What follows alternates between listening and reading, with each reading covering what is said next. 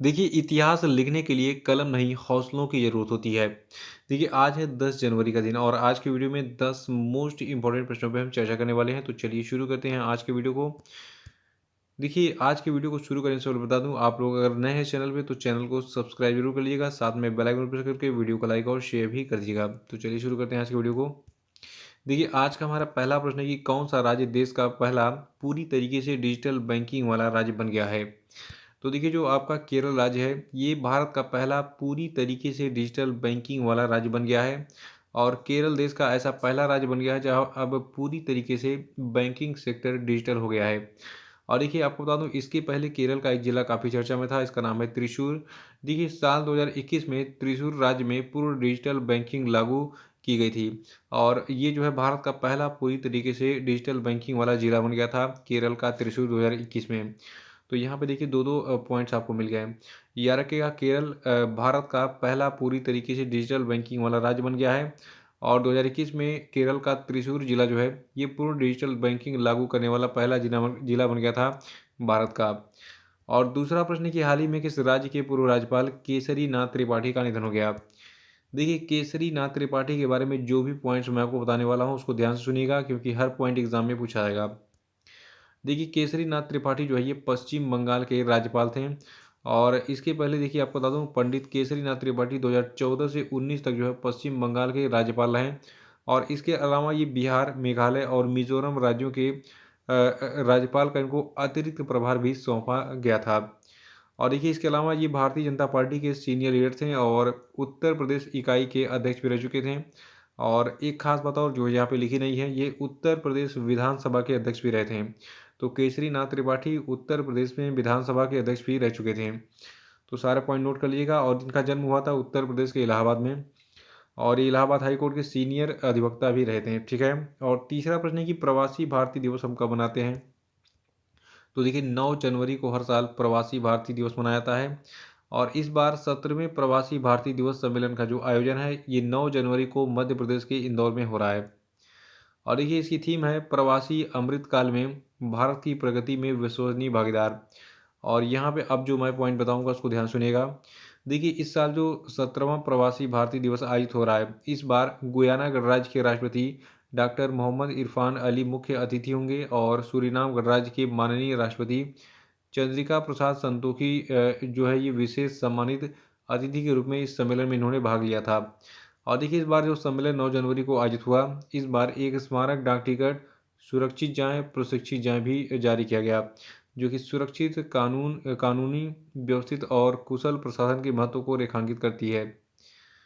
और देखिए, कोरोना महामारी के दौरान 2021 में अंतिम प्रवासी भारतीय दिवस सम्मेलन वर्चुअल माध्यम से आयोजित हुआ था। उसके बाद 2022 में तो नहीं हुआ, फिर 2023 में अब हो रहा है। तो 9 जनवरी को मनाया गया प्रवासी भारतीय दिवस और कौन कौन चीफ गेस्ट रहा, ये सब सारी चीज़ें मैंने बता दी हैं। इसकी थीम जरूर याद रखिएगा। 2022 की 23 के प्रवासी भारतीय दिवस की थीम है अमृतकाल में भारत की प्रगति में विश्वसनीय भागीदार। और चौथा प्रश्न है कि भारतीय रिजर्व बैंक के नवीनतम आंकड़ों के अनुसार 30 दिसंबर 2022 को समाप्त सप्ताह में भारत का विदेशी मुद्रा भंडार 44 मिलियन डॉलर बढ़कर कितना हो गया? तो देखिए, भारतीय रिजर्व बैंक के नवीनतम आंकड़ों के अनुसार 30 दिसंबर 2022 को समाप्त सप्ताह में जो भारत का विदेशी मुद्रा भंडार है, ये 44 मिलियन डॉलर बढ़कर 562.23 बिलियन डॉलर हो गया। देखिए, अभी हाल ही में जो आंकड़े प्रस्तुत किए गए, इनसे पता चला है कि वर्ष 2022 के दौरान भारत के विदेशी मुद्रा भंडार में 70.1 बिलियन डॉलर की गिरावट आई है। याद रखिएगा कि पूरे साल 2022 में भारत के विदेशी मुद्रा भंडार में 70.1 बिलियन डॉलर की गिरावट आई है भारत के विदेशी मुद्रा भंडार में। और आपको बता दें कि जिस देश के पास मजबूत विदेशी मुद्रा भंडार होता है, उस देश की आर्थिक स्थिति भी अच्छी मानी जाती है। यानी कि अगर आपके पास मतलब आपके पास क्या, अगर मान लीजिए भारत के पास सबसे अधिक विदेशी मुद्रा भंडार है, तो भारत का जो विदेशी मुद्रा भंडार है मजबूत होगा, तो भारत की आर्थिक स्थिति भी अच्छी मानी जाएगी। देखिए, रिसेंटली अभी श्रीलंका का जो विदेशी मुद्रा भंडार है कम हो गया था, इसलिए श्रीलंका की इकोनॉमी त्रस्त हो गई थी। ठीक है, वहाँ पे इकोनॉमिक क्राइसिस आ गया था। पांचवा कि कौन सा देश विश्व स्तर पर तीसरा सबसे बड़ा ऑटो बाजार बन गया है? देखिए, ये गारंटेड प्रश्न है, पेपर में छपा मिलेगा आपको। देखिए, भारत जो है ये दुनिया का तीसरा सबसे बड़ा ऑटो बाजार बन गया है। देखिए, अभी हाल ही में निक्केई एशिया की एक रिपोर्ट के मुताबिक पता चला है कि भारत ने पिछले साल 2022 में गाड़ियों की बिक्री में जापान को पीछे छोड़ दिया है और भारत दुनिया का तीसरा सबसे बड़ा ऑटो बाजार बन गया है। देखिए, दुनिया के अगर सबसे बड़े ऑटो बाजार की बात करें तो जो आपका चीन यानी कि चाइना है, ये दुनिया का सबसे बड़ा ऑटो बाजार है और उसके बाद फिर आपका अमेरिका दूसरे नंबर पर है इस सूची में। यानी कि भारत का सॉरी दुनिया का सबसे बड़ा ऑटो बाज़ार चीन है, फिर उसके बाद अमेरिका है, फिर भारत दुनिया का तीसरा सबसे बड़ा ऑटो बाज़ार है और चौथे स्थान पर अब आपका जापान आ गया है। और छठवां प्रश्न है कि हाल ही में किसने भारत के स्वतंत्रता संग्राम में भूमिका पर एक पुस्तक जिसका नाम क्रांतिकारी है, इसको लिखा है? तो देखिए, संजीव सान्याल की एक पुस्तक आई है जिसका नाम है क्रांतिकारी और अंग्रेजी में इसको रिवॉल्यूशनरी बोल सकते हैं आप, ठीक है? तो देखिए, संजीव सान्याल की जो पुस्तक है ये वास्तव में बहुत अच्छी कहानियाँ सुनाते हैं और इनकी पुस्तक इन क्रांतियों के यानी कि जितने भी रिवॉल्यूशन हुए थे आज़ादी के संघर्ष के लिए, तो उसके मानवीय पक्षों को केवल शुष्क इतिहास होने के बजाय किस्सों और अन्य बारीकियों के माध्यम से उजागर करती है। संजीव सान्याल की ये पुस्तक भारत के स्वतंत्रता संग्राम में भूमिका। और सातवां प्रश्न कि हाल ही में किसने एसजेवीएन की 1000 मेगावाट की बीकानेर सौर ऊर्जा परियोजना की आधारशिला रखी है? तो देखिए, जो आपका बीकानेर सौर ऊर्जा परियोजना है इसकी आधारशिला द्रौपदी मुर्मू के द्वारा रखी गई है। इसकी क्षमता है 1000 मेगावाट, याद रखिएगा। और देखिए, ये परियोजना जो आपकी है बीकानेर सौर ऊर्जा परियोजना, ये परियोजना सरकारी स्वामित्व वाली ऊर्जा फर्म एसजेवीएन लिमिटेड के द्वारा अपनी सहायक company SJVN green energy limited के माध्यम से कार्यान्वित की जा रही है और राजस्थान में जिला बीकानेर बीकानेर के बांदरवाला गांव के पास सीधे खरीदी गई 5000 एकड़ ज़मीन पर इसको विकसित किया जा रहा है। इसको नोट कर लीजिएगा, अगर आप राजस्थान से हैं तो आपके लिए बहुत ही इंपॉर्टेंट न्यूज़ है। बाकी सारे इंडिया के जितने भी राज्य हैं सबके लिए इंपॉर्टेंट है, क्योंकि भारत की राष्ट्रपति अगर किसी परियोजना की आधारशिला रखती हैं तो वो अपने आप में एक थोड़ी सी वैल्यू वाली परियोजना होती है, तभी राष्ट्रपति जाती हैं किसी परियोजना का शिलान्यास करने या फिर उद्घाटन करने। आठवां प्रश्न है कि हाल ही में किसने पूर्वोत्तर कृषि कुंभ 2023 का उद्घाटन किया? तो देखिए, नरेंद्र सिंह तोमर जो कि भारत के केंद्रीय कृषि और किसान कल्याण मंत्री हैं, इन्होंने भी हाल ही में पूर्वोत्तर कृषि कुंभ 2023 का उद्घाटन किया है। आपको बता दें कि मेघालय राज्य में जो है इसका आयोजन हो रहा है और मेघालय में नरेंद्र सिंह तोमर ने 3 दिन तक चलने वाले इस पूर्वोत्तर कृषि कुंभ 2023 का उद्घाटन हाल ही में किया था। और देखिए, नवा प्रश्न है कि हाल ही में किसे अमेरिकी प्रतिनिधि सभा का स्पीकर चुना गया? तो देखिए, अमेरिकी प्रतिनिधि सभा के स्पीकर बन गए हैं केविन मैकार्थी। देखिए, 57 साल के जो केविन मैकार्थी हैं, इन्होंने इस पद पर नैन्सी पेलोसी का जगह लिया है। और आपको बता दूं, ये जो आपके केविन मैकार्थी हैं ये रिपब्लिकन पार्टी के मेंबर हैं अमेरिका में। तो अमेरिकी प्रतिनिधि सभा के स्पीकर कौन बन गए हैं? केविन मैकार्थी, याद रखिएगा। और 10वां प्रश्न की हाल ही में किस कंपनी ने सेना के लिए लो स्मोक सुपीरियर केरोसिन तेल लॉन्च किया? तो देखिए, भारत पेट्रोलियम कॉरपोरेशन लिमिटेड ने सेना के लिए लो स्मोक सुपीरियर केरोसिन अभी हाल ही में लॉन्च किया है।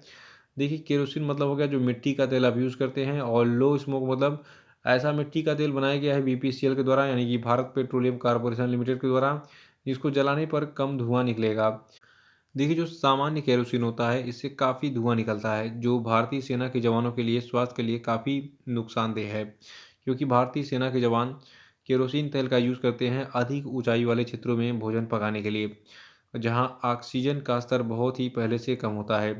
देखिए, आपने देखा होगा कि जो इंडियन आर्मी के जवान हैं ये सियाचिन वगैरह में यानी बहुत ऊंचाई वाले क्षेत्रों में भी ड्यूटी करते हैं देश की रक्षा करने के लिए। तो वहाँ पर खाना बनाने के लिए अक्सर केरोसिन ऑयल का यूज हो रहा है होता है, क्योंकि वहाँ पे ऑक्सीजन लेवल बहुत ही कम है। देखिए, जो हमारा घरेलू गैस होता है उसमें आपने देखा होगा रसोई गैस में जो है नीचे जो बर्नर है इसे गोल सा लगा होगा, उसके नीचे देखिए एक पाइप जुड़ा होता है। पाइप में दोनों तरफ ऐसे ऐसे भोंके होते हैं यानी कि उसको एक तरीके से छेद होता है। तो जब हमारा रसोई गैस यहाँ पे रेगुलेटर से हम जो है इसको रिलीज़ करते हैं तो फिर ये जाता है, फिर यहाँ जो ये किनारे किनारे जो साइड में ओपन एरिया होता है यहाँ से ऑक्सीजन को लेते हुए ये हमारा जो गैस होता है इसको मेथेन कहते हैं, तो ये बर्नर में जाता है और फिर ये जलता है, यानी कि ऑक्सीजन के बिना जो है ये नहीं चल सकता है। और उसी प्रकार आपने गैस वेल्डिंग में देखा होगा कि वहाँ पे भी जो है ऑक्सीजन का एक सिलेंडर अटैच किया जाता है। गैस वेल्डिंग वाले में 2 टंकियाँ होती हैं, तब जाके आपका गैस वेल्डर जो है उसको उसमें जो फ्लेम निकलता है, ठीक है? तो उससे वेल्डिंग करता है। तो उसमें ऑक्सीजन की ज़रूरत होती है। लेकिन जो हमारा ये केरोसिन ऑयल है इसकी मदद से हम स्टोव में डालकर इसको कम ऑक्सीजन के साथ है जो है इसको हवा में मिक्स करके उसका फुहारा बना के स्टोव में हम जलाते हैं, ठीक है। तो इसीलिए जो है भारतीय सेना अधिक ऊंचाई वाले क्षेत्रों में केरोसिन ऑयल यूज करती है। तो सेना के लिए लो स्मोक सुपीरियर केरोसिन तेल किसने बनाया है? भारत पेट्रोलियम कॉर्पोरेशन लिमिटेड ने। और भारत पेट्रोलियम कॉर्पोरेशन लिमिटेड का मुख्यालय कहाँ पे है? मुंबई में। और इसकी स्थापना 1952 में। और वर्तमान में बीपीसीएल के सीएमडी यानी चीफ मैनेजिंग डायरेक्टर हैं रामकृष्ण गुप्ता वेद साहब। और अब हम बात करेंगे आज के सभी क्वेश्चन अपडेट पे। देखिए आज का पहला प्रश्न है कि एशियन पैसिफिक पोस्टल यूनियन का मुख्यालय कहाँ पे है, बताइए। और आपको बताना है कि किस देश ने 9 देशों के लिए modular open source identity platform नामक का आधार कार्ड जैसा प्लेटफॉर्म लॉन्च किया, बताइए। और आपके लिए तीसरा प्रश्न है कि भारतीय संविधान का कौन सा अनुच्छेद भाषण और अभिव्यक्ति स्वतंत्रता के अधिकार से संबंधित है, बताइए। और आपको बताना है कि किस राज्य में बिरसा मुंडा हॉकी स्टेडियम बनाया गया, बताइए। और अगला प्रश्न आपके लिए कि किस देश ने मधुमक्खियों के लिए दुनिया के पहले टीके के उपयोग को मंजूरी दे दी है, बताइए। और अब हम बात करेंगे कल के पूछे गए सभी क्वेश्चन आंसर के सही उत्तरों की। देखिए भारत के पहले पर्पल फेस्ट का जो आयोजन है ये गोवा में 6 से 8 जनवरी तक किया गया था। और देखिए अभी हाल ही में मध्य प्रदेश के भोपाल में जल विजन 2047 विषय पर 5 जनवरी से 2 दिवसीय प्रथम अखिल भारतीय राज्य मंत्री वार्षिक सम्मेलन आयोजित हुआ था। और देखिए अभी हाल ही में भारत में जो है स्पेस टेक स्टार्टअप को बढ़ावा देने के लिए इंडियन स्पेस रिसर्च ऑर्गेनाइजेशन और माइक्रोसॉफ्ट के बीच में एक समझौता हुआ था। और देखिए जो बंधन बैंक है इसने जहां बंधन वहां ट्रस्ट अभियान शुरू किया है। और मधुमक्खियों के लिए देखिए दुनिया का जो पहला टीका है इसको अमेरिका ने विकसित किया है, यह रखेगा। और इसको मंजूरी भी मिल गई है।